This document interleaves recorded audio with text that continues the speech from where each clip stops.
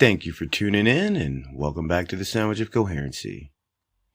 So let's just go ahead and jump right into this.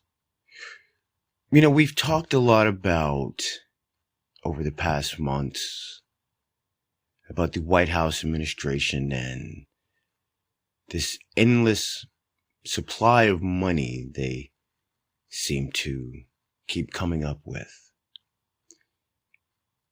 And I understand that there's a lot of things that need to be done in the United States. And the problem is that the Democrats want to keep printing more and more money. But none of these programs end up getting funded as they should. For the billions upon billions upon billions that they spend each year in their quote-unquote fight against poverty and homelessness in the United States. You would think that they would have found a way to put that money into the hands of people to get homes,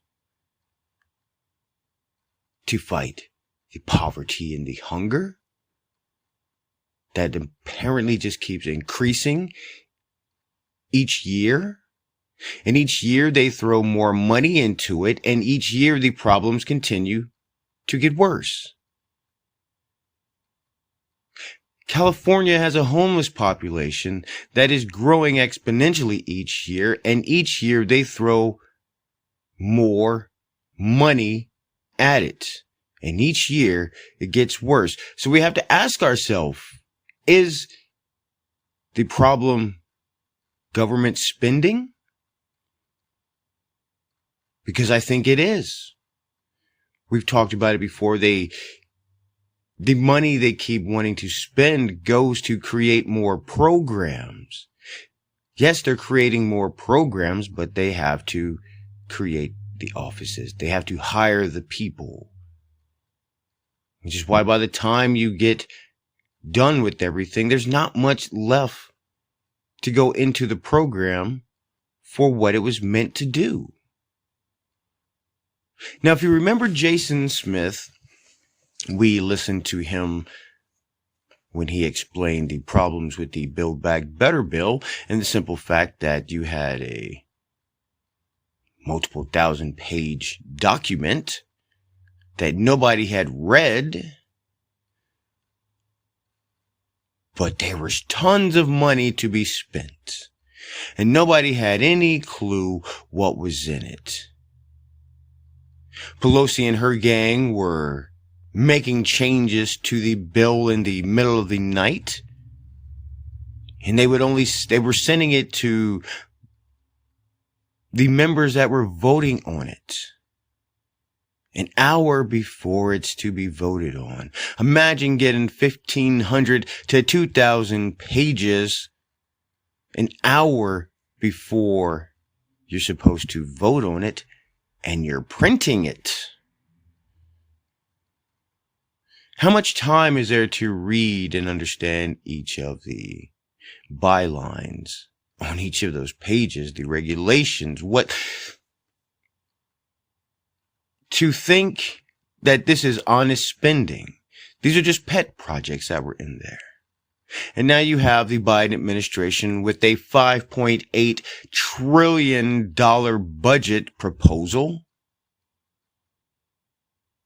that also includes spending that will cost the United States $73 trillion over the next 10 years. And just like the Build Back Better bill, I ask you, do you think that they read it?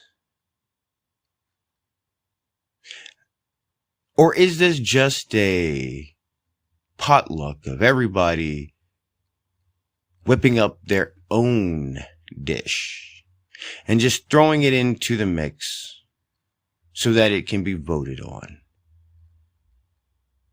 Because I'll be honest with you, $5.8 trillion in spending. And again, as Lauren Boebert pointed out, the largest tax increase in American history. And what they want you to believe is that it is all going to be completely paid for by extra taxes placed upon the wealthy and corporations. And they want you to believe that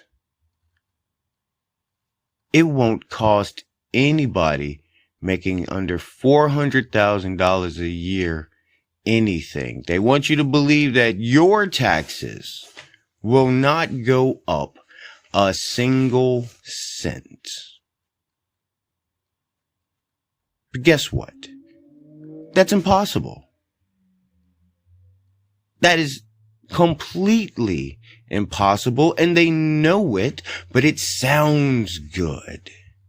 And it sounds so good that if they keep saying it, hopefully you will believe it. At least that is the hope. I mean, but again, you're seeing that your taxes haven't even begun to go up yet on your income, but you're absolutely feeling the effects of what it would be like due to the inflation that we're having in the United States right now. So the idea you need to keep in mind is when your taxes do go up, and they will, and they're estimated to be $300 to $5,200 plus a year per household, that's you losing your buying power. What you're feeling now with the inflation, well, that inflation will be coming out of your paycheck. But you'll still have to deal with the increased pricing situations that we're having now. They're not talking about it in the news anymore, but the shipping crisis has not gone away. It's the same as the problem with the Fukushima reactors leaking into the ocean. It has not gone away. The problem is still there, just because it's not being spoken about in the media, thrown in your face each day. The masses forget about it, but the problem is still there. So when it comes to Washington, D.C., no matter how much they try and cover for the White House, no matter how much they try and spin the narrative so that you don't find out the truth, no matter how many times they openly state that they have partnered with social media to hide the negative news from you, the problem is still there. And that problem is the potato in charge, Joe Biden in the White House, who is completely inept. We know he's not running the show, and that is the problem. Because there is a shadow group in the White House, whomever it is, and it's not to say it's some strange, dark Illuminati type nonsense, but the administration, those that work in the White House, those that of authority that he is surrounded with, are really making the decisions, in my opinion. How else would you have somebody who doesn't know how to turn around and walk back out the door he just walked in, sign over 85 executive orders, and understand what it is that he just signed? But that is part of the problem. But I don't want to hold you from some very interesting takes. So we're going to listen to Senator Langford. And it's a little answer, question back and forth on Fox. It's just a little short bit. But I wanted you to hear this because I think it's very important to understanding the current administration that we are dealing with. Environmental Affairs Committee, the Finance Committee as well, and you've made a number of trips to the border. You've described it as an epidemic. It's about to get worse, is it not, with this Title 42 relaxation? It is. Title 42 was always intended to be temporary, but when the Biden administration came in, they've had a year to be able to establish what's next. And in that year, they've just basically worked on a plan to move people into the interior faster.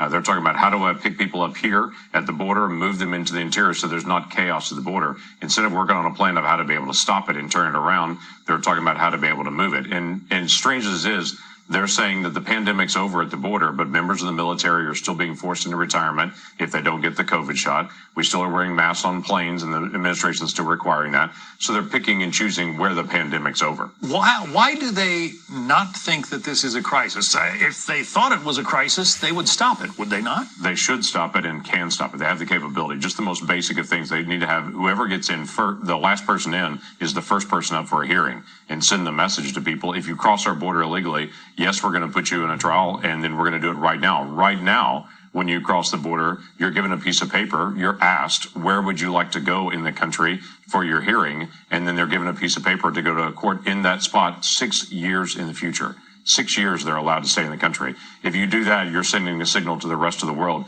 Come to the United States, you can be here for at least 6 years illegally, and we'll allow you.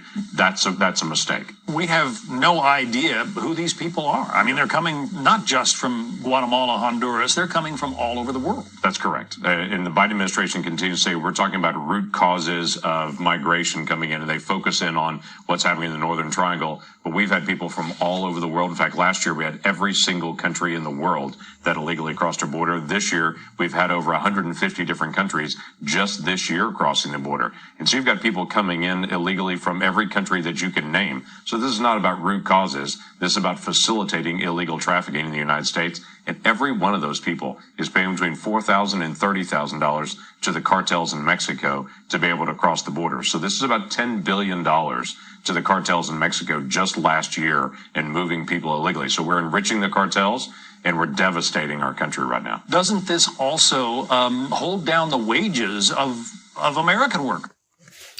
Yes, it does. But we're not going to get into all of that. But 13,000 out of Russia. And they caught quite a number of people on the terrorist watch list. Now, you know what you're looking at. If come in May, they do lift the Title 42.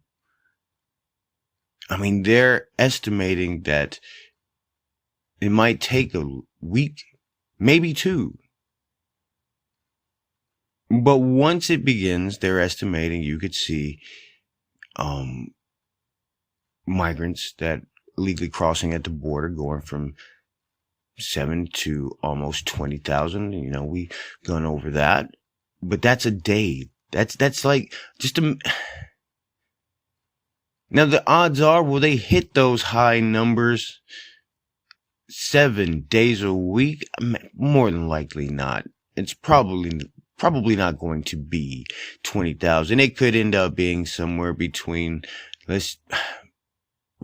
honestly, maybe 12 to somewhere between 12 and 17,000, I think would probably be an average to look at. But either way, 7 days a week of that. I mean, you're looking upwards of numbers anywhere from about 350,000 to 500,000. So maybe 250,000 to 500,000 people a month.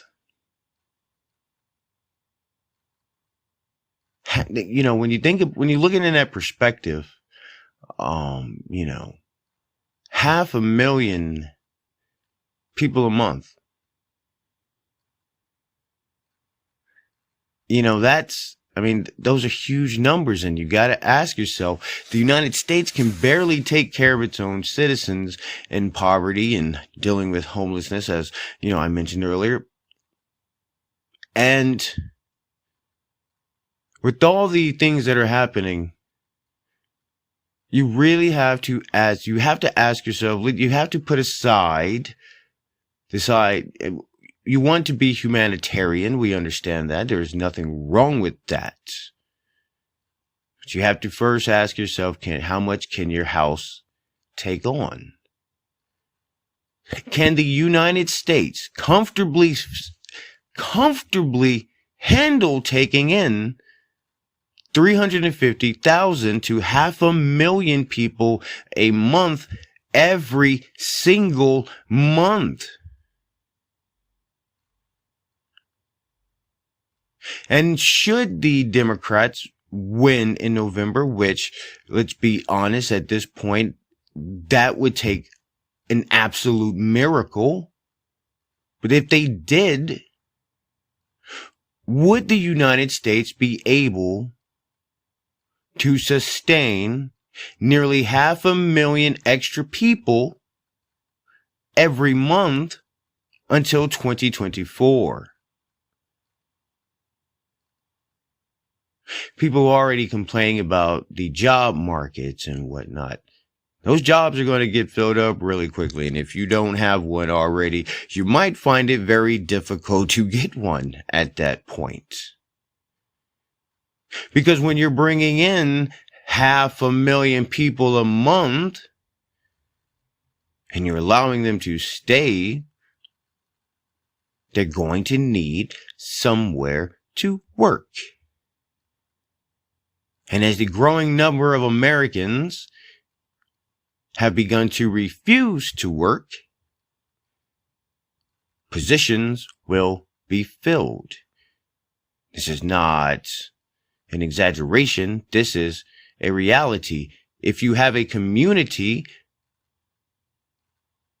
of, say, 10,000 people,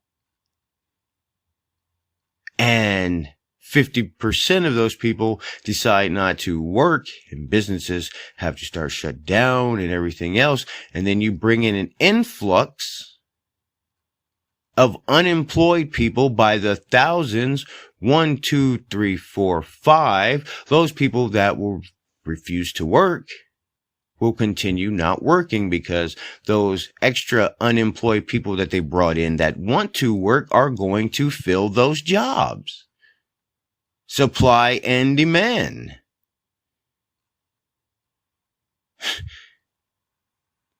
So again, I ask you, when you look at the big picture, the larger picture of the structure of the United States, can the United States sustain 500,000 people a month? Do you think they have the ability to be able to vet all of those people? And these numbers are just talking about those that they are actually catching and apprehending. This is not even considering the gotaways. So you could be looking at not a number of 350,000 to 500,000 a month. You could probably more than likely be looking at somewhere between 450 to 600, maybe 700,000 a month. But that's just my guess, and that's a big guess. But it's not out of the realm of possibility. So I do want to close this out on a different note.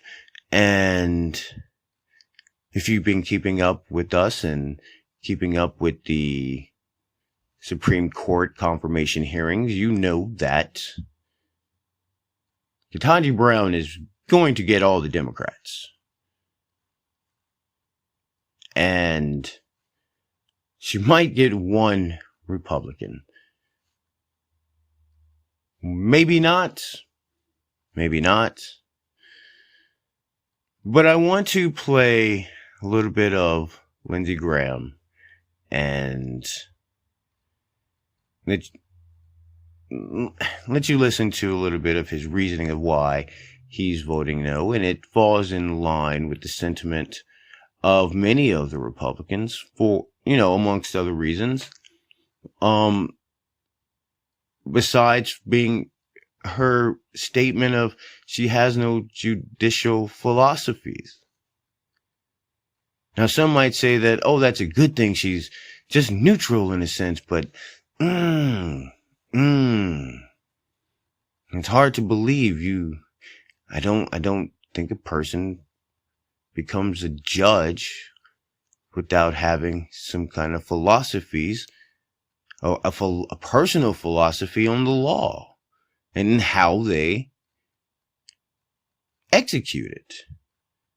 That's very important. But let's not waste any time and jump right into that. Thank you very much, Mr. Chairman. What would be odd in this committee is for us all not to vote against the Supreme Court nominee, since Gorsuch anyway. So Gorsuch, Alito, Amy Coney Barrett, Kavanaugh, not one vote. About this hearing, Judge Jackson has got a lot to be proud of. She's accomplished a lot in her life. She's a good person. I'm sure she's a great mother and very gifted person. She's fought hard to be where she's at in life. I'll vote no. I'm the first time I've ever voted against any Supreme Court nominee. Let me tell you how I got there. Number one, the Supreme Court is different than the Circuit Court. I voted for her at the D.C. Circuit Court level because I'm disposed to do that. And I'm playing a game that very few people play anymore, that if you win an election, I expect you to pick somebody I wouldn't support on the court. That just sort of comes with winning. So I didn't think twice about not voting for her. But now that you're talking about the Supreme Court, you're making policy, not... I gotta pause it right there. I understand where he's coming from with that. Tit for tat. I'll give you one, and when time comes back around, you give us one. And it sounds like, in some ways, he makes himself sound like he's going for anybody, whomever. But it's those that, are still within reason. Now, the thing is with Ketanji Briwn is that we've gone over her before. We covered the district court hearing for her. And, yes, to me, she was qualified, but even then, I just don't feel really, I don't know. I just wasn't feeling her for it. I just didn't think she was ready for that yet. Just something about her policies and whatnot that didn't sit right with me. But he is right. When you get to the Supreme Court, that is a whole lot different than the district court, because again, you're making policy. Just bound by it. And a lot of my friends on the other side have done this, voted for a person at the district court level, the circuit court level, only to vote no at the Supreme Court level. This nomination had a political moment. President Biden can choose anybody he wants. That comes with winning. He had a lot of qualified African-American women to choose from. To me, saying up front during the election, I'm going to pick a qualified African-American woman, is fine. Our folks have done that. Didn't bother me that much. It was trying to make the court look more like America. So he has a political decision he made. I respected that. Now, all of us are in politics over here. Again, I'm inclined to vote for judges of the other side. But this choice of Judge Jackson was really embraced by the most radical people in the Democratic movement, to the exclusion of everybody else. After 4 days of hearings, I now know why the left likes her so much. It became obvious to me why she was their first and apparently only choice. So there are people that President Biden could have picked that would have been in the liberal camp in terms of voting on the Supreme Court, and they could have gotten 60 to 65 votes. The White House didn't go down that road because it feels that they must pick somebody that's more appealing to the hard left. They made that choice, and we'll see how it plays out. So why am I voting no? On our side, we like judges to be bound by the written letter of the law. The immigration case that got to be sort of famous here, let's see, what was it? Make the Road New York et al. Versus McAleen, was a decision by President Trump and his team to fully utilize expedited removal procedures within the statutory authority granted by Congress. You couldn't have written this thing more clear that it's in the sole and unreviewable discretion of the Secretary to use expedited deportation involving people who've been here 2 years or less. Judge Jackson ruled for the Arabella funded, supported plaintiff. I think this was probably a tryout for her. And she was overruled by the D.C. Circuit Court of Appeals.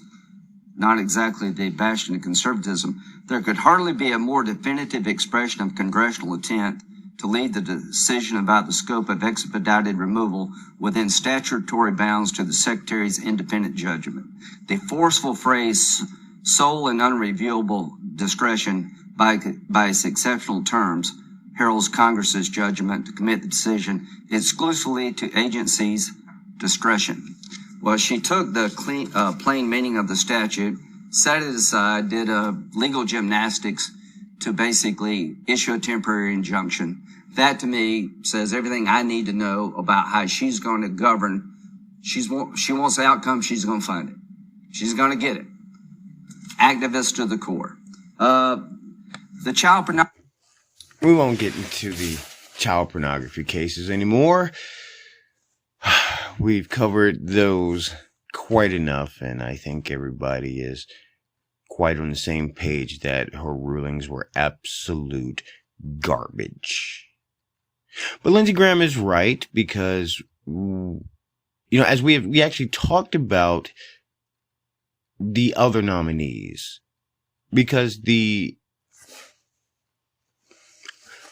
one of the other nominees, I remember offhand, I think she has the same name as Ms. Brown. No, don't quote me on that. I forget her name and I apologize about that. But she was also at the confirmations for the circuit court. And I thought she was a very good choice. I personally think that she would, at the time, having listened to her testimonies, I think she would have been the better choice for the Supreme Court nomination. This is absolutely the truth. So this whole idea that you have from the left that the not wanting to confirm Ms. Brown is due to racism and all this is not true. It's just this judge in particular. Because Lindsey Graham is correct. There are other ones who would have gotten 60 to 65 votes. And the lady I'm speaking of is one of them. And I'll be honest with you. If Joe Biden had chosen her, there would not really have been any fanfare around that justice's nomination, because I'll be honest, most Republicans actually would be on board with her. She was a liberal judge, but she was very moderate. Her rulings were very well placed, as they should have been. And there's really not a lot of bias in them. And, to me, she didn't show any signs of activism. But hey, that's just me. Now, there is one last bit about it. And, we talked about the choice for the circuit court that would have been on the Supreme Court that was chosen by George Bush. And I don't think we should forget about that. And that's, Lindsey Graham does explain that again in another way. And I think that's definitely worth paying attention to because it brings to light, again, the things that have happened. You have to understand that some of these same Democrats that are in office now are some of the same ones that voted against the idea of having a Latino or an African American woman that would have made it to the Supreme Court simply because they were conservative. So I'm gonna let him speak real quick. Now, about her being the first African-American nominee before this committee of the Supreme Court. That's true. And the reason that's true is because of what y'all did to Janice Rogers Brown. The only reason that's true is because my Democratic colleagues back in 2005 filibustered for 2 years, 2003 to 5, Janice Rogers Brown, a Supreme Court justice from the state of California that was picked by President Bush to be on the D.C. Circuit Court of Appeal, the same court that I voted for Judge Jackson. It's kind of a one level below the Supreme Court. And for 2 years, there was a wholesale filibuster of her. And when it got to be possible for her to be on the Supreme Court as a possibility, then Senator Biden said she would be filibustered. Senator Durbin, Senator Schumer all filibustered her and told this body that if you pick her, she's likely to be filibustered. That's why Judge Jackson is the first African-American nominee to come before this body to be on the Supreme Court, because you made it that way. Because when you had a chance to support an African-American conservative, you used her ideology against her. You blocked her from being considered by this committee, and we're supposed to be like trained seals over here clapping when you appoint a liberal. That's not going to work. We live in America today where your ideology is held against you if you're a conservative, and when you're a liberal, we're supposed to embrace everything about you and not ask hard questions. That's not the world we're going to live in. And I'll say this, if we get back the Senate and we're in charge of this body, and there's judicial openings, we will talk to our colleagues on the other side. But if we're in charge, she would not have been before this committee. You would have had somebody more moderate than this. So I want you to know right now, the process you started to go to a simple majority vote is going to rear its head here pretty soon, where we're in charge. Then we'll talk about judges differently. Ooh, that's pure fire and truth. Oh yeah, simple majority vote, excluding the voice of the minority.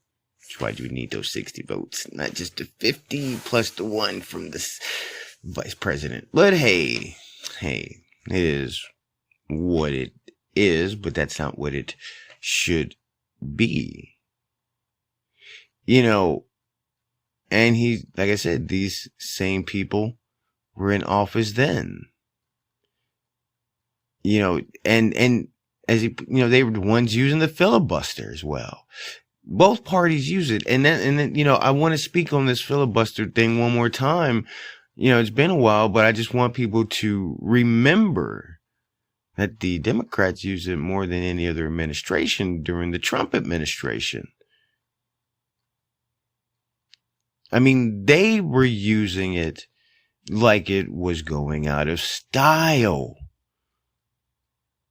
They filibustered everything more than previous administrations. And the moment they got into control, they wanted to remove the filibuster. So that's one of the things you got to think about. Because those same people are the ones who turned around and tried to sell the idea of getting rid of it to the American people as it being racist as the cause for wanting to do that. Again, both parties are not perfect, but the Democrats have more snakes rearing their ugly heads, and we can see them, and it might be time to do something about that. But that time is coming up, and, hey, we'll see in November, right? But I thank you for tuning in, and we'll catch you next time.